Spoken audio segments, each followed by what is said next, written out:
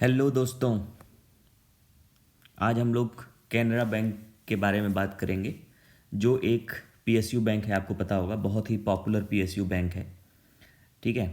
इसके पहले कि हम लोग शुरू करें, प्लीज़, क्योंकि मेरा चैनल नया है, आई होप आपको मेरा कंटेंट अच्छा लगेगा। और भी बाकी कंटेंट जो मेरे चैनल पे हैं, और भी स्टॉक्स का मैंने वहाँ पे टेक्निकल एनालिसिस कर रखा है, आप चाहें तो उसे देख सकते हैं।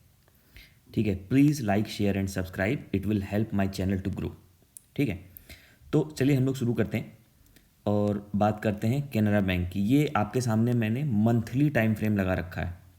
मंथली टाइम फ्रेम में आप देख सकते हैं इस स्टॉक ने जो है कि 1 दिसंबर 2010 को, दिसंबर 2010 में ऑल टाइम हाई बनाया था। उसके बाद से ये लगातार लोअर लो, लोअर हाई, लोअर लो, लोअर हाई बनाता जा रहा था। ठीक है। मंथली टाइम फ्रेम में ये लगातार डाउन ट्रेंड में था। लेकिन 2020 के बाद कुछ बदला। कोविड के बाद सरकार ने बहुत ज़्यादा कैपेक्स किया पीएसयूज़ में। ठीक है। और वहाँ से जो पीएसयू स्टॉक्स थे, पहले आईटी स्टॉक्स चले, उसके बाद पीएसयू स्टॉक्स चले थे। ठीक है। वहाँ से इसने फिर हायर हाई हायर लो बनाना शुरू किया। ऐसे देखिए, हायर हाई हायर लो बन रहा है। ठीक है। तो एक तो ये फिनोमिना हुआ। दूसरा, आप एक चीज़ और नोटिस करोगे यहाँ पे, अगर हम लोग रिसेंट टाइम पीरियड की बात करें, रिसेंटली आप देख सकते हैं, रिसेंट पीरियड्स में सिंस 2020 ये लगातार हायर हाई और हायर लो बना रहा है। ठीक है। उसके अलावा जो रिसेंट हाई इसने बनाया था, वो बनाया था जुलाई में, 2024 में, 2 मई 2024 को। ठीक है। उस हाई को ये अभी क्रॉस कर रहा है यहाँ पे। ठीक है। उस हाई पे ब्रेकआउट आया है आज। आज ये 2.5% ऊपर गया है और साथ साथ इसने उस रीसेंट हाई को क्रॉस किया है लगभग 18 महीने बाद। ठीक है। उसके अलावा एक और फिनोमिना हुआ है, आप ये देखिए। आज ये इसका जो मंथली एमएसीडी था वो क्रॉस ओवर होना स्टार्ट हो गया है। इस महीने के अंत तक ये कंफर्म हो जाएगा। ठीक है। इसका मंथली एमएसीडी भी पॉजिटिव हो गया है। ठीक।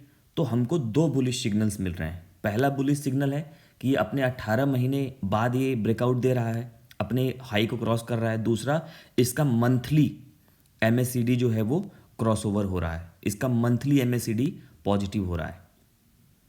ठीक है। और इसको अगर मैं इसके इतने ऑल टाइम हाई के बहुत ज़्यादा नज़दीक है, जैसे ये इसका ऑल टाइम हाई है 63 पे, तो अगर मैं आज की डेट में इसको ख़रीदता हूँ, तो क्योंकि ये लगातार higher high higher higher low बना रहा है, तो मेरा जो अगला टारगेट होगा, पहला टारगेट तो मेरा एटलीस्ट मुझे 32% दे के जाएगा।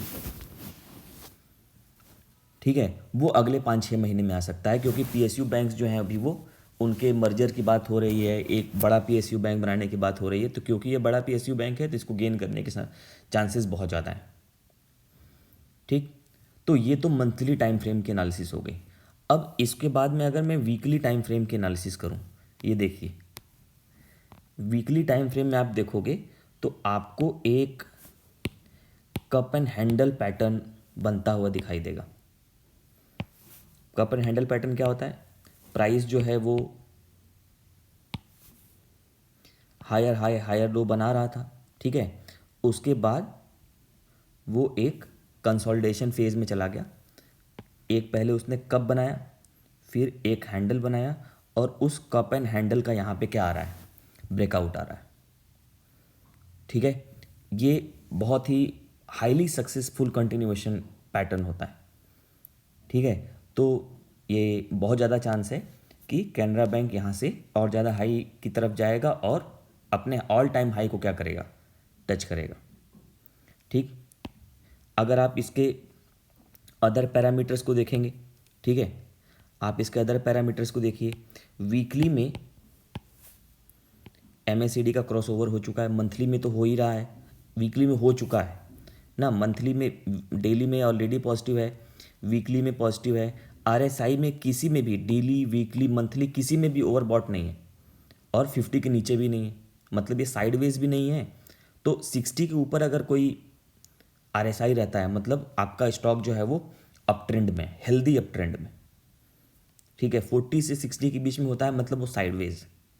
40 से नीचे है मतलब वो डाउन ट्रेंड में।